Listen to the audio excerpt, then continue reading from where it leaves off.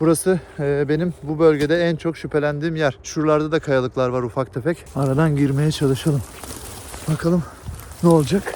Burada bir alan taramayla bakayım arkadaşlar. Şurada bir şey gördüm. Hoppa işte. Tam parmağımın ucu. Bakın. Yakın çekim yapayım. Merhaba arkadaşlar, ben Defineci Yener. Araziye geldim. Videoya başlamadan like atmayı unutmayın. Arkadaşlar şimdi buradan ormana dalalım. Yavaş yavaş buralarda arama yapalım. Buraya birkaç gündür gelip gidiyorum. Şimdi bu bölgenin en güzel definesinin olduğu yeri, en şüpheli noktayı analiz yapacağım, keşif yapacağım. Bir şey tespit edersek de çalışmada yaparız. Biraz yolum uzun arkadaşlar. Buradan bayağı bir yukarı ilerlemem gerekiyor. Yavaş yavaş gidelim ya da hem konuşmak hem bayırı çıkmak biraz zor olacak gibi. Burada stoplayayım arkadaşlar. Yukarıda görüşürüz. Evet arkadaşlar, geldim. Bayağı bir rampa yukarı çıktım. Şurada bir kaya var. Bakın burada bir kesmeyi görüyor musunuz? Burada da bir malzeme varmış. Soygun yemiş. Kasaymış arkadaşlar. Bakın buranın soygun yediğini, kasa olduğunu nereden anladım? Şu kısım tam. Bakın burada bir üçgen kesme var. Ve bu alt kısmı bakın arkadaşlar şöyle düzgün bir şekilde, nizami bir şekilde kesilmiş. Yani doğal bir yapı, doğal bir kaya böyle olmaz. Burası nizami şekilde kesilmiş güzel bir kasaymış. Şimdi burada bakın kayanın üzerinde harita gibi çizimler var. Tam kameranın orta kısmına denk geliyor. Gördünüz mü? Burada alan taramayla bir arama yapalım. Burası benim bu bölgede en çok şüphelendiğim yer. Şuralarda da kayalıklar var ufak tefek. Şu üste çıkayım, buradan çalılardan geçelim. Nereden geçelim? Şöyle aradan girmeye çalışalım. Bakalım ne olacak? Üst kısma çıkıp burada levye takıldı. Burada bir alan taramayla bakalım arkadaşlar. Şöyle olabilir. Burada bir alan taramayla bakayım arkadaşlar. Bir sinyal alırsak ondan sonra görüntüleme cihazıyla da bakarız. Alan tarama LT Focus X1. İçinde numune olarak şu anda altın var arkadaşlar. Antenlerini biraz açıyorum. Üst vida aşağıda. Numune bu kısma koydum şu an.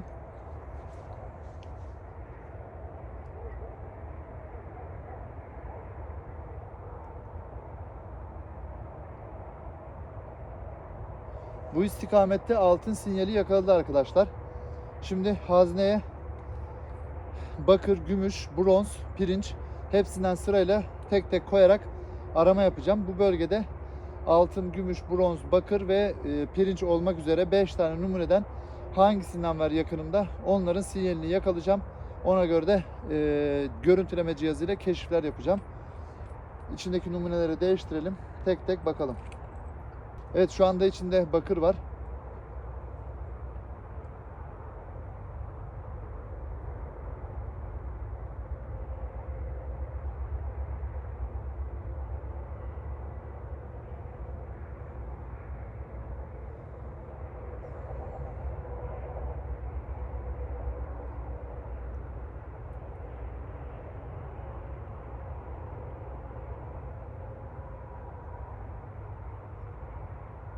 Bakırla bir sinyal almadı arkadaşlar.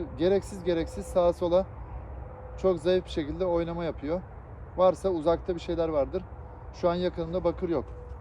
Hemen değiştirelim. İçine şimdi gümüş koydum arkadaşlar. Bir de gümüşle bakalım.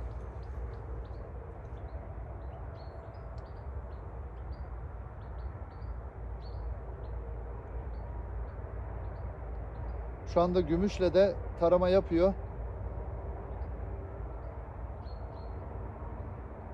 Çok yakınlarda gümüşte olduğunu düşünmüyorum arkadaşlar.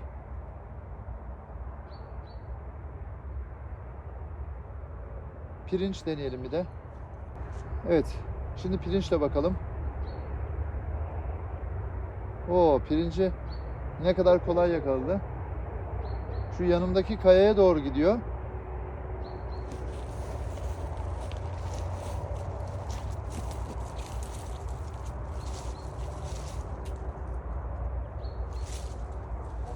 Arkadaşlar bakın tam burada bir kaya var. Yan yana böyle 3 parça halinde birbirine yaslanmış gibi duruyor. Pirinç buraya çekti. Altın bu istikamete çekti. Son olarak bir de bronzla bakalım. Evet, şimdi içinde bronz var. Bir de bronzla bakalım.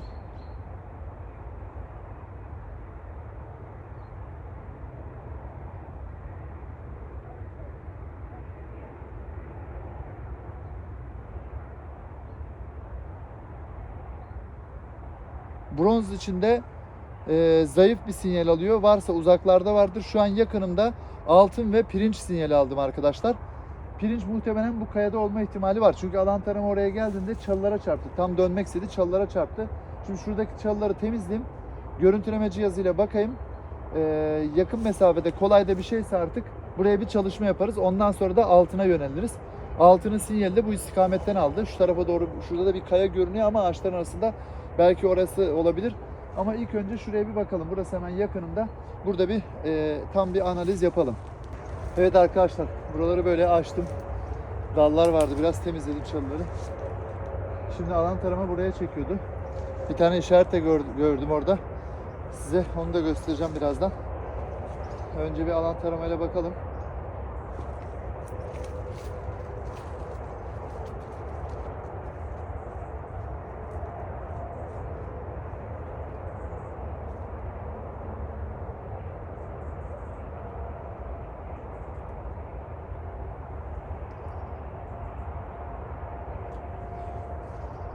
Bakın arkadaşlar, nokta burası.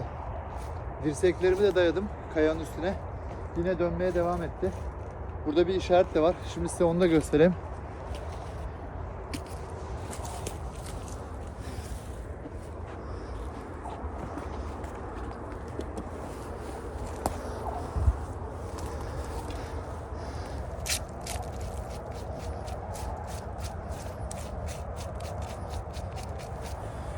Bakın burada oyma var. Parmağım bu şekilde içine oturuyor, iki parmağım birden. Güzel bir oyma. Şöyle yandan da belli. Bu son nokta işareti arkadaşlar. Ama nasıl son nokta işareti? Bakın şimdi şurada bir murç deliği var bu kısımda. Tam burası murç deliği. Burası da böyle geniş kavisli bir oyma. Yani muhtemelen burada bir mezar da var. Burada belki mezarın hediyesi müjdesi olabilir. Şu kaya zaten buraya yapışık belli. Bakın tam şu kısım görüyor musunuz? Kesmesi komple buradan böyle belli arkadaşlar. Hoppa, bir dakika, onlar Horasan parçaları. Bakın şunlara bakar mısınız? Harç. Bildiğiniz Horasan harcı. Yapıştırmışlar buraya. Belki burası daha da kapalıydı. Zamanla açılmış olabilir. Şu kısımda şöyle. Alt kısımda belli kesmesi. Şu ayrı bir parça burada. Şimdi buraya bir görüntüleme cihazıyla bakayım. Ondan sonra görüntüleme cihazı da onay verirse buraya bir çalışma yaparız arkadaşlar.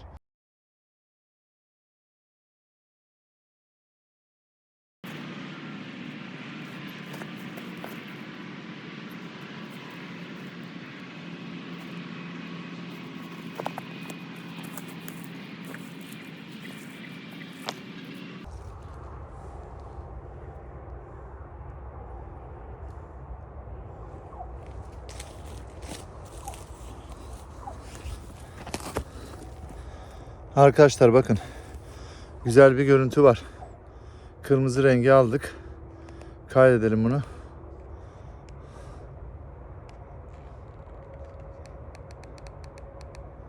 Dosyalar kısmına giriyoruz. Son görüntü burada. Evet arkadaşlar. Tam burası bakın. Kırmızı renk, etrafındaki sarı çizgi, nizami. Üst tarafına doğru da boşluk veriyor.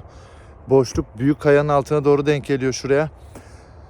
O kısım belki mezar olabilir ama burada bütün malzeme, hediyesi, müjdesi ne varsa hepsi şu ön kısımda kalıyor. Buraya bir çalışma yapalım bakalım. Geniş, uzun bir kırmızı renk vermiş. Yani burada ya büyük bir malzeme var ya da iki noktada ayrı malzeme var. Onun enerjisini alıp güzel bir şekilde burada bize sinyalimizi verdi.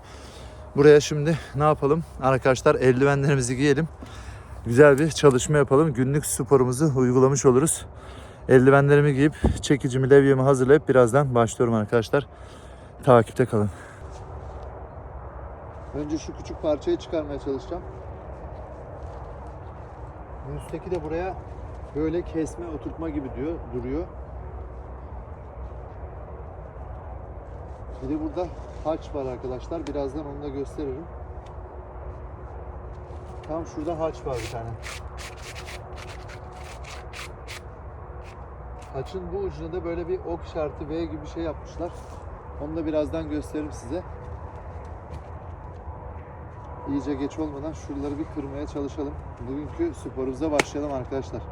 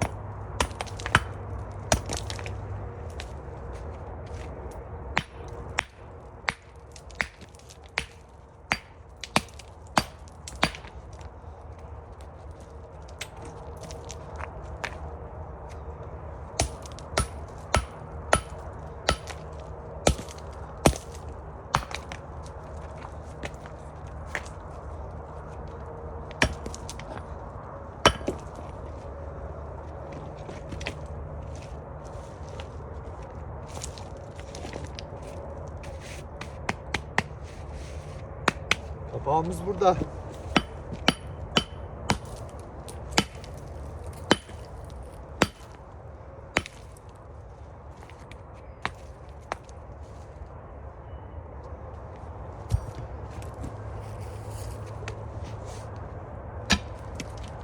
Hoppa. Ayrıldı.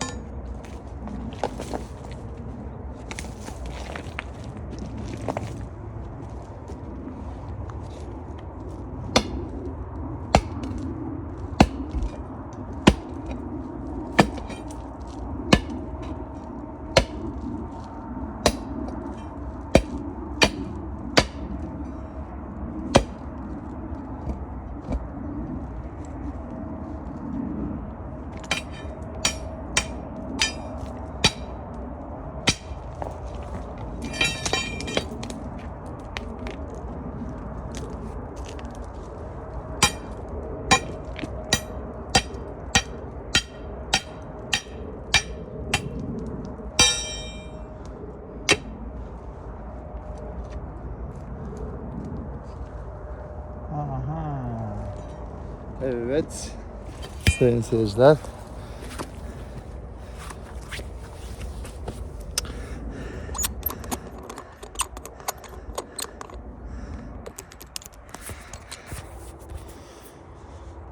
Şimdi şöyle yaklaşalım.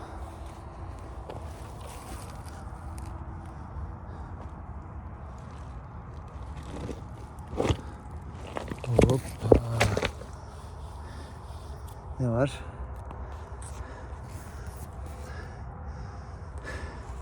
Görünürde bir şey yok. Ne yapalım arkadaşlar? Pointer'ı alalım hemen. Pointer'la bir bakalım.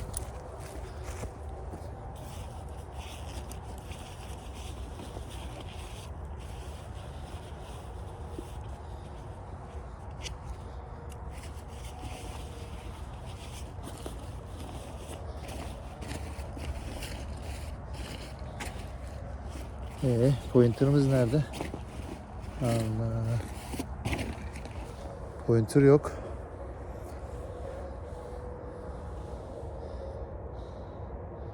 Ne yapmış olabiliriz?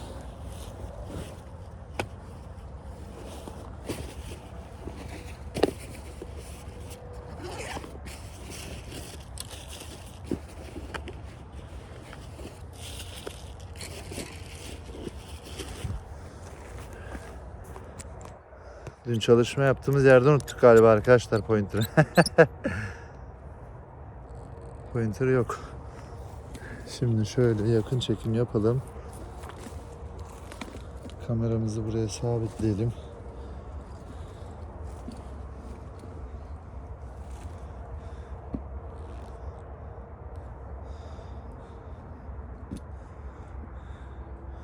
Böyle iyi. Her şey görünüyor.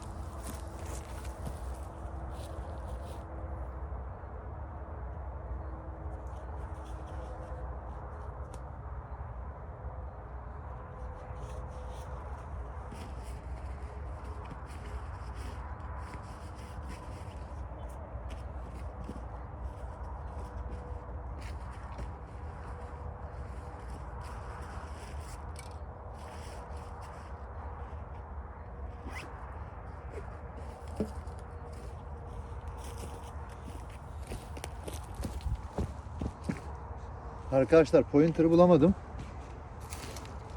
Şöyle yavaş yavaş açalım. Bir şey varsa kaybolmasın.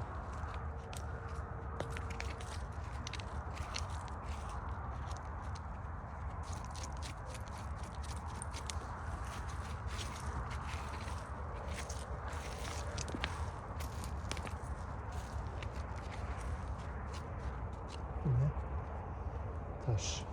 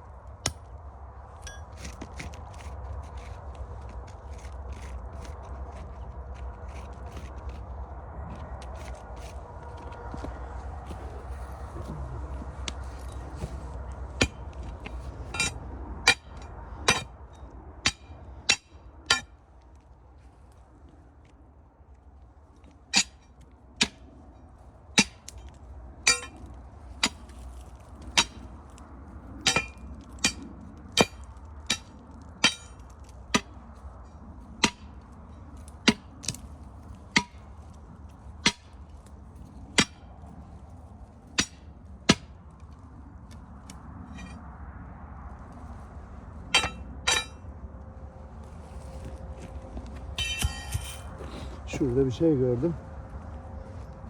Hoppa işte. Gel gel gel gel gel. İşte burası, gel. Gel bak şimdi.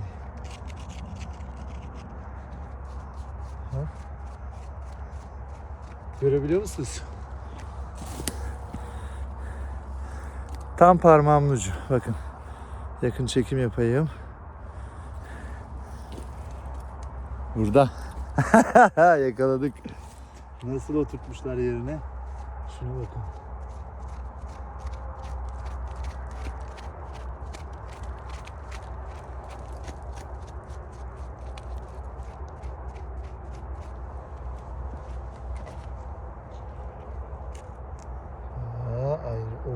Aha bu ne? Vay. Uf, altın sandım ama değil galiba, pirinç. Şuna bakın arkadaşlar. Vay. Arkada burayı bir gördüm dedim, aha sarı. Ama değilmiş. En sevdiğim renk değil arkadaşlar. Çünkü oksit yapmış. Bakın buraları yeşermiş böyle. Bazı yerleri sarı kalmış yine. Bu pirinç arkadaşlar. Kuş. Güzel bir kuş. İşlemlere bakın. Of. Çok iyi. Biraz temizleyelim mi?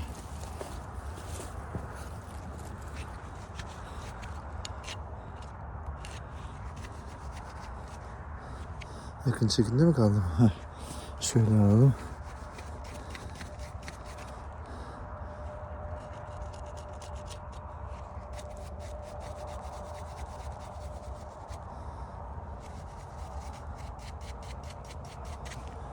Oy, çok güzel bir şey.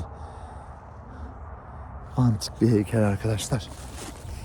Medeniyet işi güzel bir heykel. Şuna bakın. Bakın şuraları böyle yeşermiş. Yavaş yavaş oksitlenmeye başlamış. Birçok yeri sarı. Alt kısmı sapsarı arkadaşlar, bakar mısınız? Toprağa değen kısmı kalmış, kayaya değen kısmı sarı kalmış. Üst tarafı kararmış. Bir de yeşermiş şuraları, oksitlenmiş. Güzel bir kuş. Çok iyi. O değil de pointer'ı ne yaptık ya? Pointer. Allah Allah. Çantayı almıştım ben dün ama Ağırlığı da güzel. Yani 200-300 gram rahat var bu. Altın olsaydı bu şu an 700-800 gramdı arkadaşlar. Bakın. Güzel bir pirinç heykel arkadaşlar. Kuş resmi var. Sesler geliyor aşağıdan ama neyse. Bana yakın değil herhalde.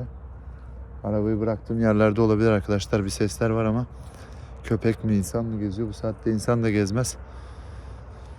Evet, biz malzememizi yakaladık. Güzel bir kuş heykeli bulduk arkadaşlar. Bu medeniyet işi. Yakaladık yine. En sevdiğim rengin kardeşi arkadaşlar bu. Pirinç. Tamam, bunu şimdi alalım. Şurayı biraz daha inceleyelim.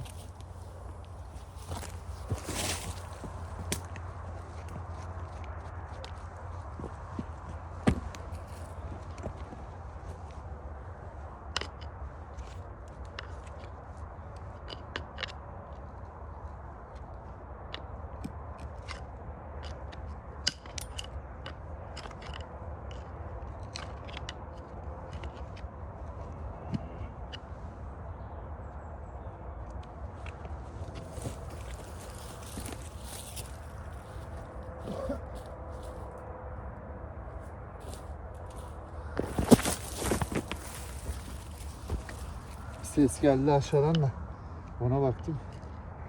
Uzaktanmış, muhtemelen de motor sesi. Sanki böyle bir ayı bağırması gibi geldi. Şunu buradan çıkmıyor ya.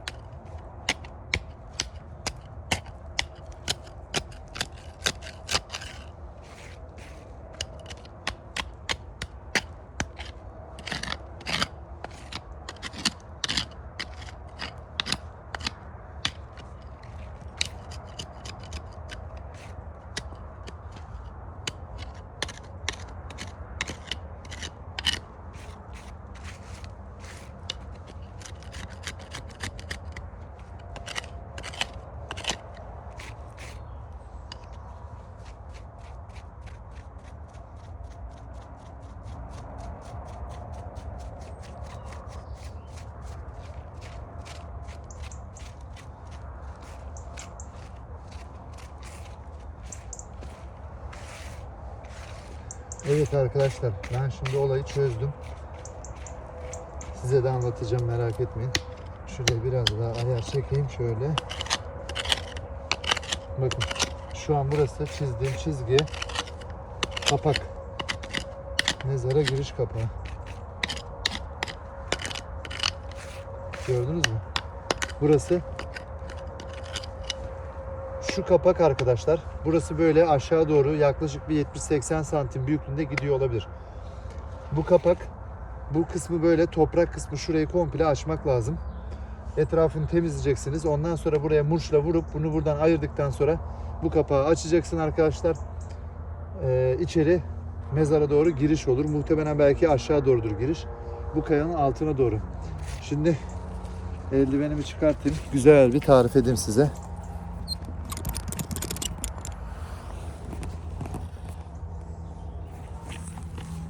Bakın arkadaşlar, bahsettiğim çatlak şöyle buradan gidiyor. Gördünüz mü? Tam buraya kadar. Şu şekilde böyle geliyor.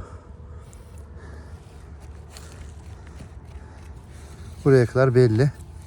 Şimdi şurada gösterdiğim kısım, tam şu kısım şöyle aşağı doğru 70-80 santim büyüklüğünde bir kapak düşünün.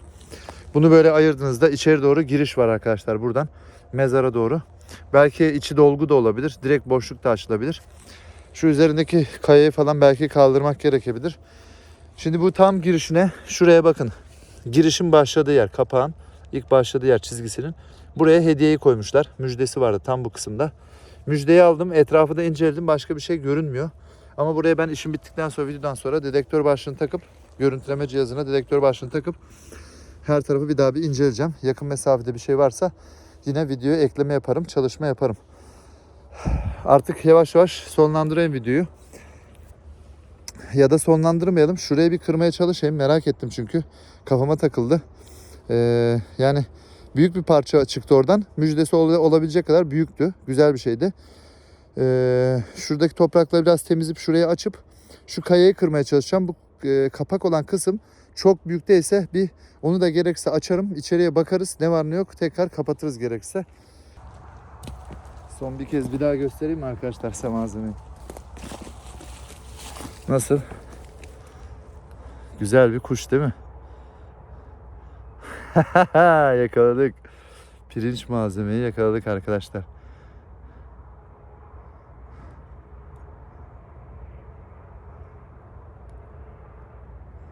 Şu kısımdan bayağı bir oksitlenmiş. Ön tarafı yavaş yavaş gidip arka tarafına da geçiş yapacakmış oksit. Ama biz tam zamanında aldık. Bunun ön tarafındaki oksidi temizleyip kondisyonunu güzel hale getirip ondan sonra teslimat. Şöyle tutalım. Evet.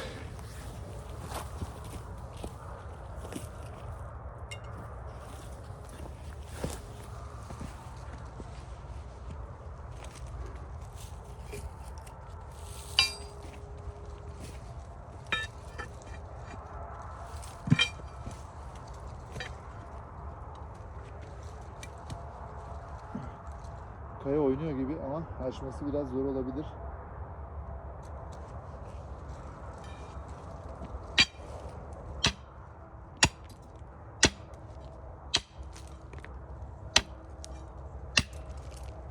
Bakın arkadaşlar, horasan kısımları görüyor musunuz?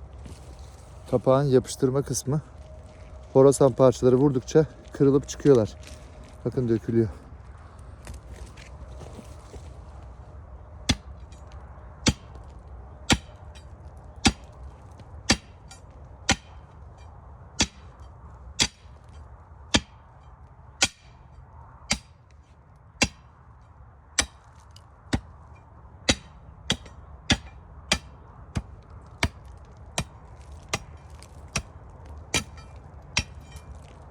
Gördünüz mü? Toprak gibi ayrılıyor resmen.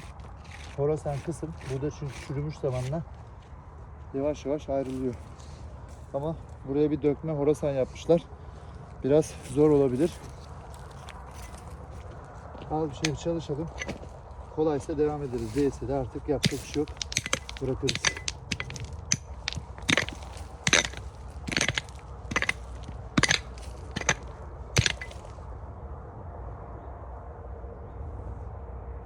Heykel parçası gibi bir şey. Çantanın oraya atalım, onu da alalım yanımıza.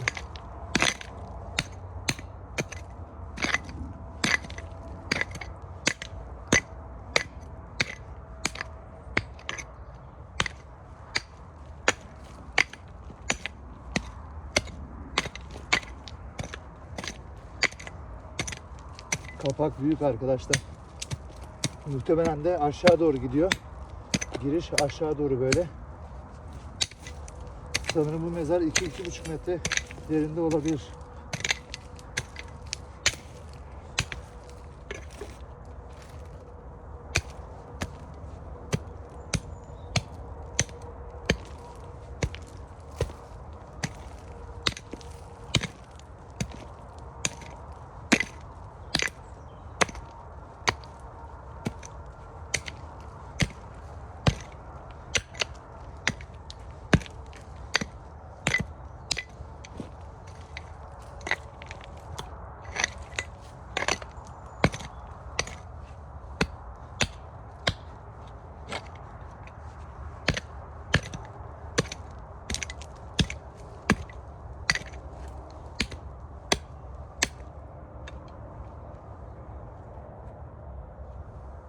küp parçası var. Kiremit parçası arkadaşlar.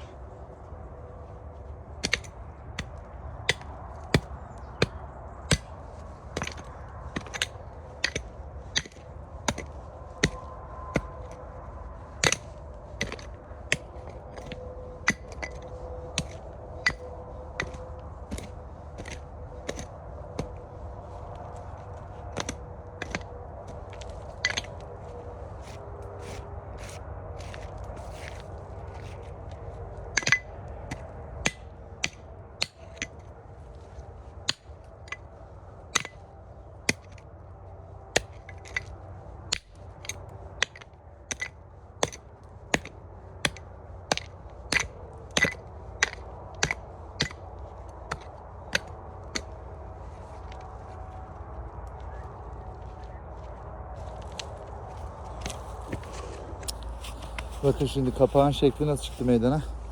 Hep beraber görelim.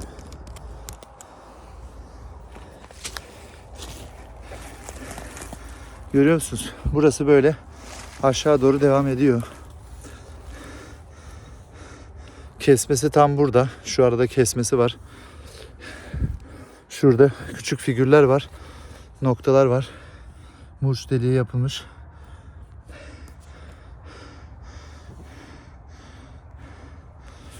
Bu ana kayanın altına doğru buradan.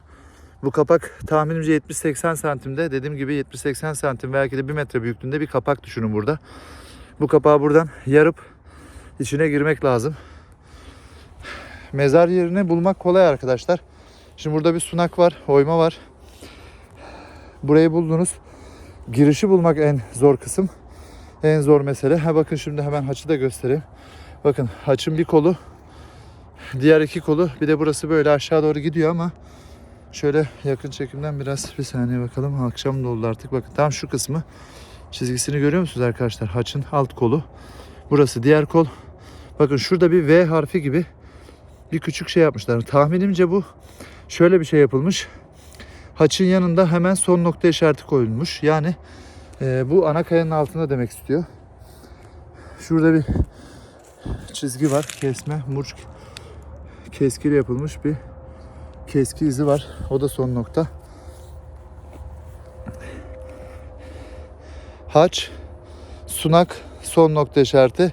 Haçın yanında belki de 2 kişilik mezar mı var acaba burada? Bilmiyorum. Belki 2 mezar da olabilir.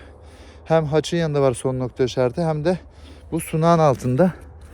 Ama 2 kişilik mezar olsaydı 2 tane haç yapıp 2 tane son nokta koyarlardı bence. Çünkü birini sunak şeklinde yapmışlar. Hemen altına bir son nokta işareti koymuşlar buraya. Haçın yanına bir son nokta. Burada da mezarın kapağı arkadaşlar. Burayı böyle kenarını komple temizleyip boşaltmak lazım. Burasını belki 1 metre kadar aşağı inmek lazım. Sonra kapak kırılacak. İçeri giriş artık dolguluysa bir de ondan sonrası boşaltılacak. Bayağı bir zor işçilik. Öyle kolay da değil. O yüzden ben şimdi burayı böyle bir kapatayım. Şuraları toparlayayım. Taşları da biraz uzağa sallayayım. Birkaç gün sonra burası eski haline gelir zaten. Başka bir zaman artık böyle canımız sıkıldığı bir günde geliriz burayı da açmaya çalışırız. Gerekirse buraya bir çalışma daha yaparız. Pointer'a kafam takıldı. Dün video çektiğim yere doğru gideceğim arkadaşlar. Oraya bir bakayım. Belki orada unutmuşumdur. Onu bir bulayım. Artık yavaş yavaş da sonlandıralım. Evet arkadaşlar, yavaş yavaş burada bitirelim. Videoya like atmayı unutmayın. Kanala abone olmayan varsa da mutlaka abone olsun. Görüşmek üzere. Kendinize iyi bakın.